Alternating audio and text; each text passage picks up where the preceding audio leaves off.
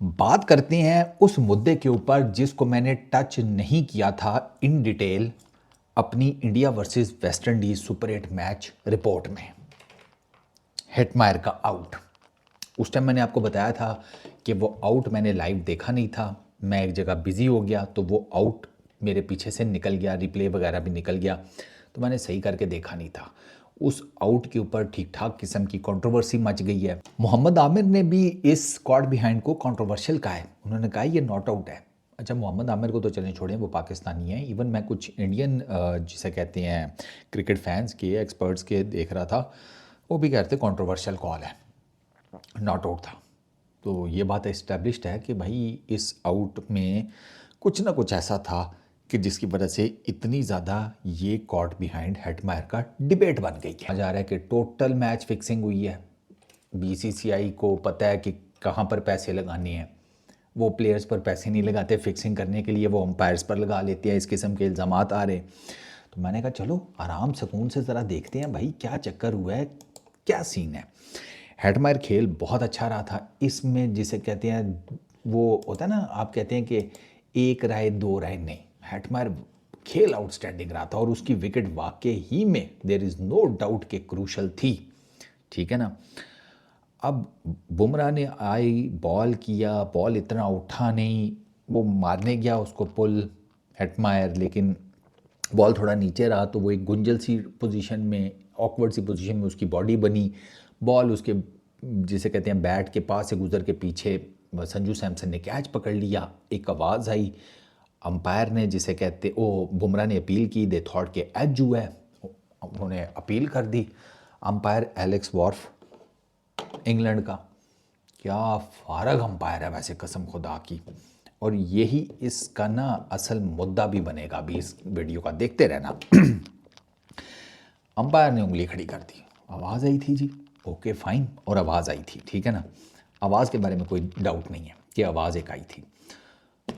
उसी time Hetmyer ने कहा जी कि रिव्यू इमीडिएटली, ठीक है। अब पहली चीज़ तो उसी टाइम ने एक इस्टेब्लिश हो जानी चाहिए थी कि जब बैट्समैन इमीडिएट रिव्यू ले लेना तो इसका मतलब होता है मोस्टली कि he is pretty much sure कि मैंने टच नहीं किया। अच्छा, अब जब रिव्यू में आया तो जब गेंद बल्ले के पास से गुजरी है ना, तो स्निकोमीटर पे आ गया स्पाइक। अब मुद्दा ये है कि स्निकोमीटर पर तो स्पाइक आया, लेकिन आपके भाई ने फुटेज देखी है भाई साहब, पता नहीं 8K में कहाँ से मुझे मिली है वो फुटेज। तो मैंने वो तो फुटेज तो नहीं लगा सकता, तो उसका वो जो है ना स्क्रीनशॉट, वो मैं आपको दिखा देता हूँ। ये स्क्रीनशॉट देख लो यार, अच्छा खासा गैप है बैट और बॉल के बीच में, आंखों से नज़र आ रहा है गैप, आंखों से clear cut you can see कि गैप है। लेकिन स्निकोमीटर पे स्पाइक आया है, वो भी आप सबने देखा है, वो भी इसी स्क्रीनशॉट में आपको नज़र आ रहा होगा। अब ये स्पाइक कहाँ से आया है, अब ये है असल मुद्दा। यहाँ पर आकर स्निकोमीटर फेल होता है, और ये मसला है कि जिसकी वजह से मिच स्टार्क ने कहा था कि स्निकोमीटर टेक्नोलॉजी को उठाकर क्रिकेट से बाहर फेंको। ये स्निकोमीटर की जो टेक्नोलॉजी है, ये इन अ वे कि ये जो जितनी भी हमने टेक्नोलॉजीज़ क्रिकेट में इंट्रोड्यूस करवाई हैं ना, इनकी वजह से ऑन फील्ड अंपायरिंग का स्टैंडर्ड बहुत गिर गया है, बहुत ज़्यादा गिर गया है। पाकिस्तान श्रीलंका के मैच में लास्ट बॉल वाइड थी, ऑन फील्ड अंपायर ने दी नहीं। अब रिव्यू था नहीं वाइड का, वरना वो श्रीलंका वालों ने ले लेना था review. I am telling you, उन्होंने रिव्यू ले लेना था, लेकिन था नहीं। और आप देखें ओवर द टाइम आपको थर्ड क्लास किस्म की ऑन फील्ड अंपायरिंग नज़र आती है। ये इस एलेक्स ने आज वेस्ट इंडीज़ की 2-3 वाइडें नहीं दी भाई।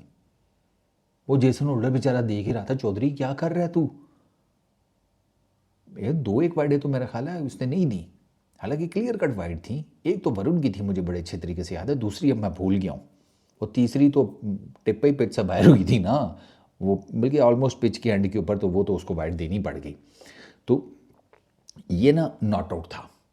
हेटमायर का रिएक्शन आपको बताता है, ही वॉजंट हैप्पी। वो अंपायर के साथ आर्ग्यू कर रहा था, डैरन सैमी, उसका बड़ा जिसे कहते हैं रिएक्शन था कि यार ये WTF, ये क्या, ये कैसे आउट है।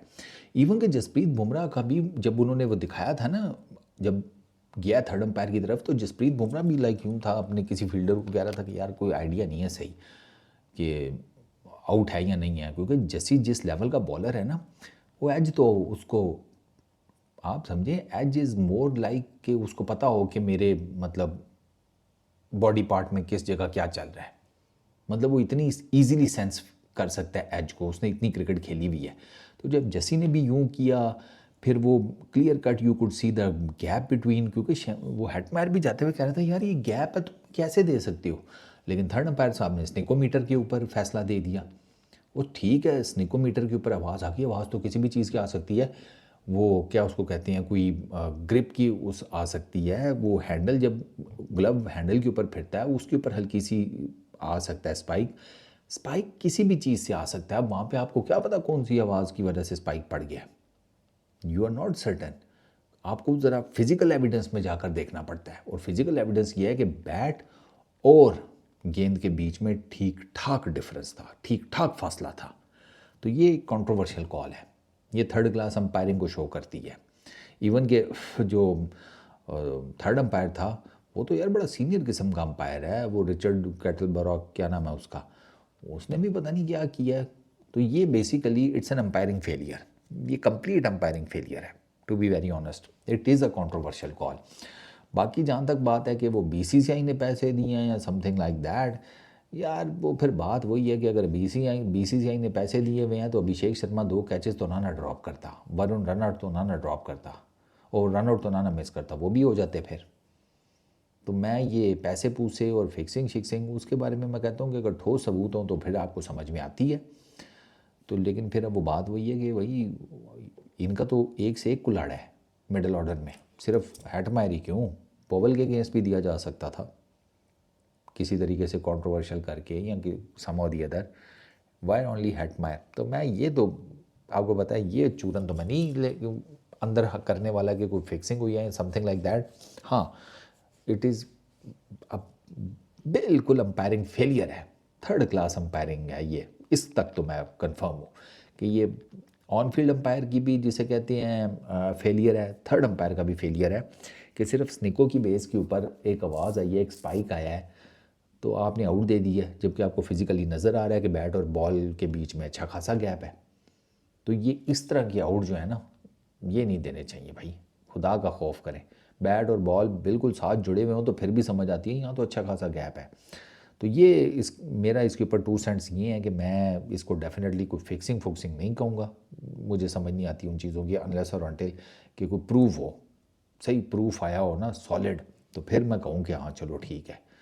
लेकिन अब वो सिर्फ एक आउट देने के ऊपर आप पूरी विन छीन रहे हैं, संजू सैमसन की पूरी इनिंग्स की मेहनत छीन रहे हैं, वो टू बी वेरी ऑनेस्ट मेरा ख्याल है ज़्यादती है।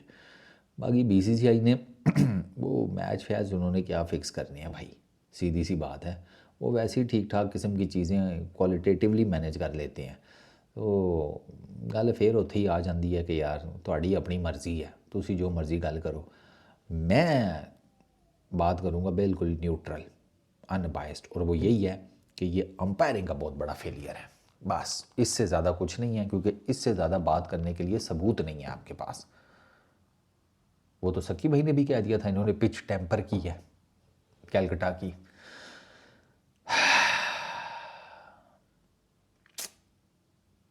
पिच टेम्पर करो तो इतनी फटा विकेट बन जाती है। वेस्ट इंडीज़ वाले अपनी गलती की वजह से मैच हारे हैं, उनकी बॉलिंग में इतना दमखम नहीं था। ये बात मैंने साउथ अफ्रीका और वेस्ट इंडीज़ का जो मैच हुआ था उसके बाद कह दी थी कि इस बॉलिंग के साथ तो ये इंडिया से नहीं जीत सकते, अनलेस और अनटिल को 250-300 कर लें। सिंपल। Peace out.